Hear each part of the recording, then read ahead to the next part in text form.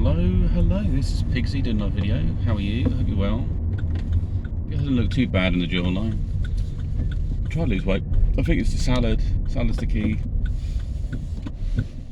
And I've had kimchi. I had some kimchi and stuff mixed in my salad. It's not too bad. So things to talk about. I think numerology, I'm going to do a bit more research in numerology. Seems like my life path and other things are already numbers that are in my name. So it's quite interesting how, you know, you think you're choosing a name and it's all random, but maybe not. Maybe what it adds up to is pretty much preordained.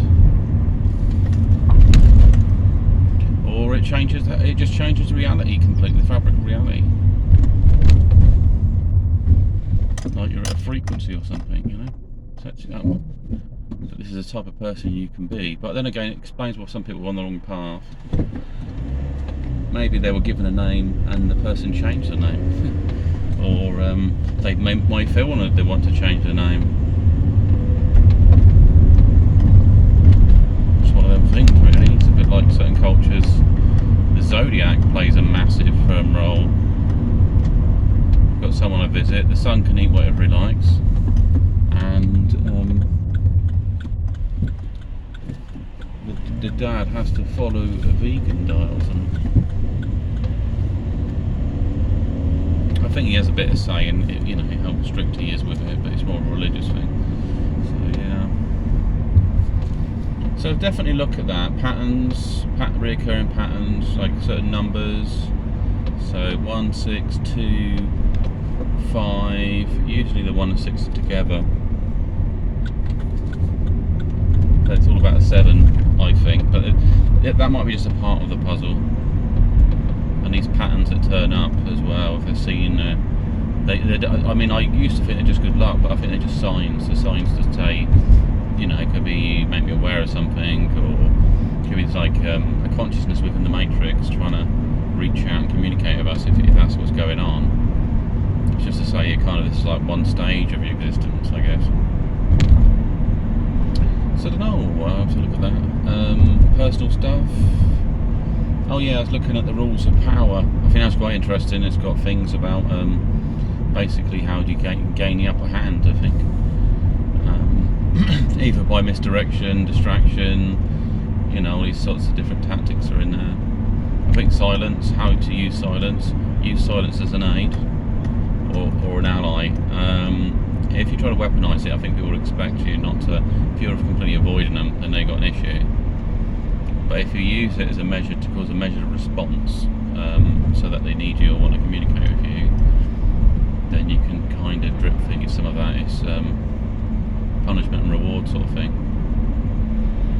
And then the reverse of that is like, you know, giving somebody a lot of attention and giving somebody no attention, but it's kind of at your at your peril. But you know, it depends on what you want to do. It's not like you want to play some sort of games with people.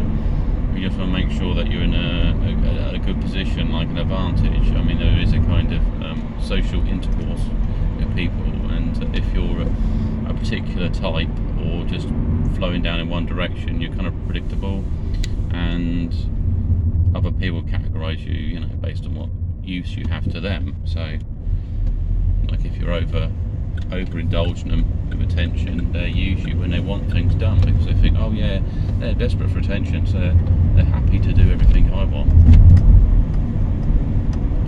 But then when they're chasing something, they don't need you, so they just put you aside and say, well, actually, I need to focus my resources on getting this, you know, chasing after a person, business, whatever it is. I mean, it's applied to anything really, like rules of power and so on, and the relationships.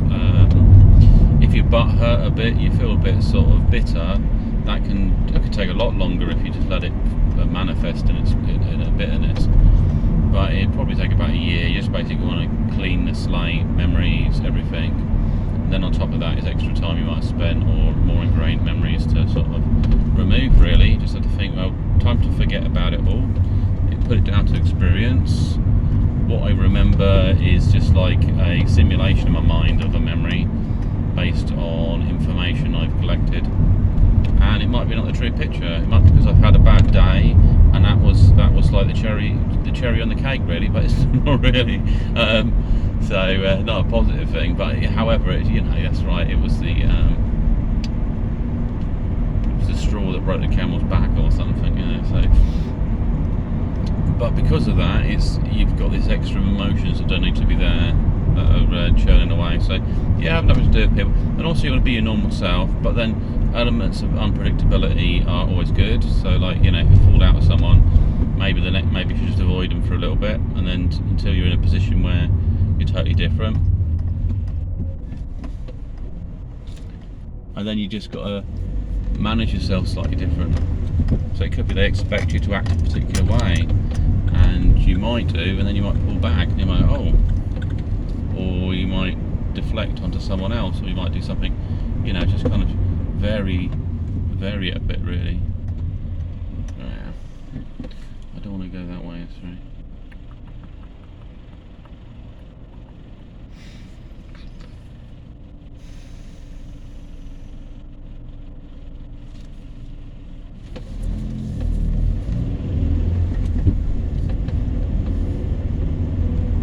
Yeah, so something else I come across, an author said, basically go through his book 15 times, so you really learn it and it's ingrained and stuff.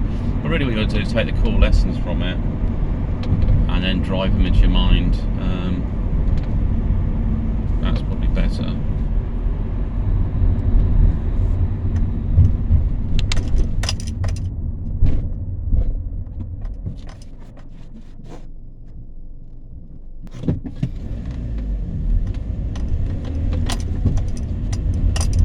Yeah, because the thing is, you want to sort of condense information, otherwise you're just taking in lots of stuff and stories and examples and stuff.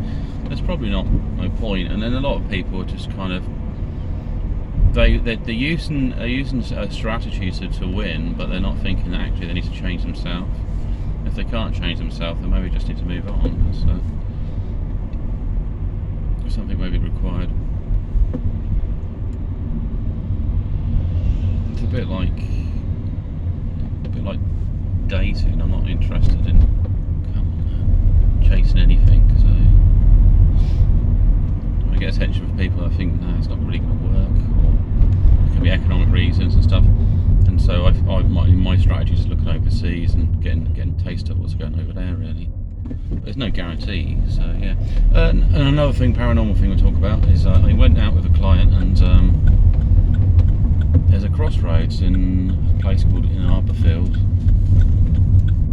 with a graveyard, and I was using an app on my phone, and it required internet access, which I wasn't aware of.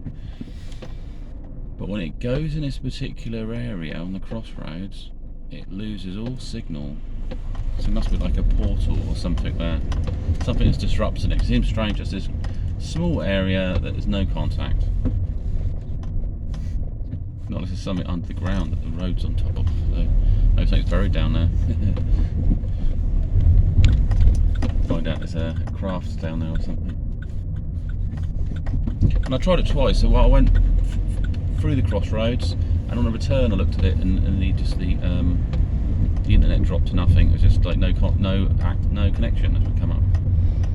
So it's quite an interesting little spot. What I should do is get a compass and see if there's any magnetic fields. If I walk over it and it's only the hand swings right round, it'll be like, some magnetic thing underneath it. What's disrupting the signal, because signals don't sort of on a flat ground stop. If there's something in the way, I could get it, but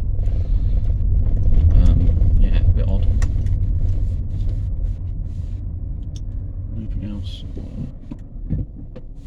Not really. Everything's good. Just got to carry on myself.